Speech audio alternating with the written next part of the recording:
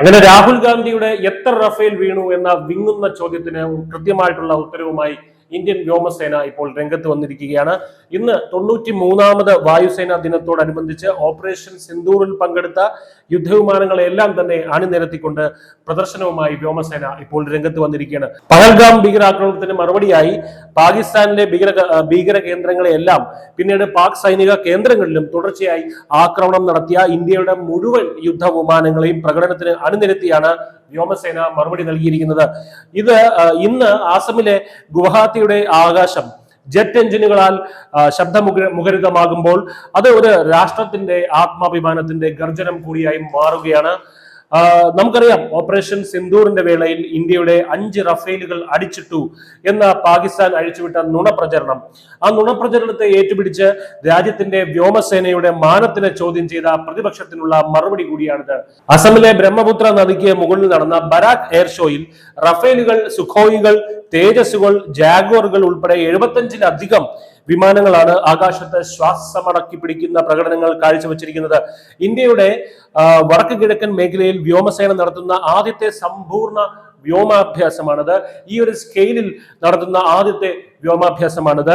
ഇതിനായി ഇത്തരം ഒരു പ്രദേശം തന്നെ തിരഞ്ഞെടുത്ത ഔചിത്യം എന്താണെന്ന് നമുക്കറിയാം.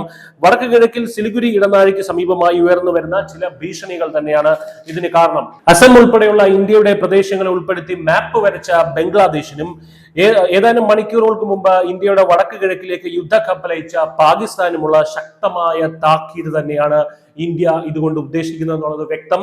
ഓപ്പറേഷൻ സിന്ദൂറിൽ നമുക്ക് ഒരു പൈലറ്റിനെയും നഷ്ടപ്പെട്ടിട്ടില്ലെന്നും എല്ലാവരും സുരക്ഷിതമായി തന്നെ തിരിച്ചെത്തിയെന്നും നമ്മുടെ വ്യോമസേന മേധാവി പറഞ്ഞിട്ടും രാഹുൽ ഗാന്ധി തന്റെ കുപ്രചാരണങ്ങൾ തുടർച്ചയായി രാജ്യത്തിന്റെ അന്തസ്സിനെ മങ്ങലേൽപ്പിച്ചുകൊണ്ടിരുന്ന കാഴ്ചയാണ് നമ്മൾ കണ്ടത്. ഇന്നിതാ ഓപ്പറേഷൻ സിന്ദൂറിൽ പങ്കെടുത്ത Su-30 MKI, റഫേൽ, തേജസ്, മിറാഷ് 2000 തുടങ്ങിയ യുദ്ധവിമാനങ്ങൾ എല്ലാം തന്നെ ബ്രഹ്മപുത്രയുടെ മുകളിലൂടെ പറപ്പിച്ചുകൊണ്ട് രാജ്യത്തിനകത്തുള്ള വിമർശകരെയും അതിർത്തികൾക്ക് അപ്പുറമുള്ള ശത്രുക്കളുടെയും വായടപ്പിച്ചിരിക്കുകയാണ് ഇന്ത്യ.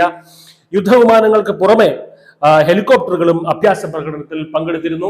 25 തരത്തിലുള്ള എയർ ഫോർമേഷനുകളാണ് വ്യോമസേന പ്രദർശിപ്പിച്ചത്. എന്തായാലും പ്രതിപക്ഷത്തിന്റെ സംശയങ്ങളും പാകിസ്ഥാന്റെ നുണകളും ബ്രഹ്മപുത്ര നദിയുടെ മുകളിലുള്ള ഇന്ത്യൻ എയർഫോഴ്സിന്റെ ഗർജനത്തിൽ നിശബ്ദമാകുന്ന കാഴ്ചയാണ് നമ്മളിപ്പോൾ കാണുന്നത്.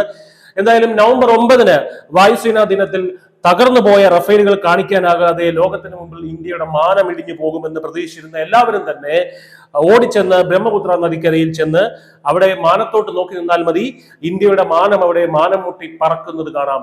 News desk, news India Malayalam.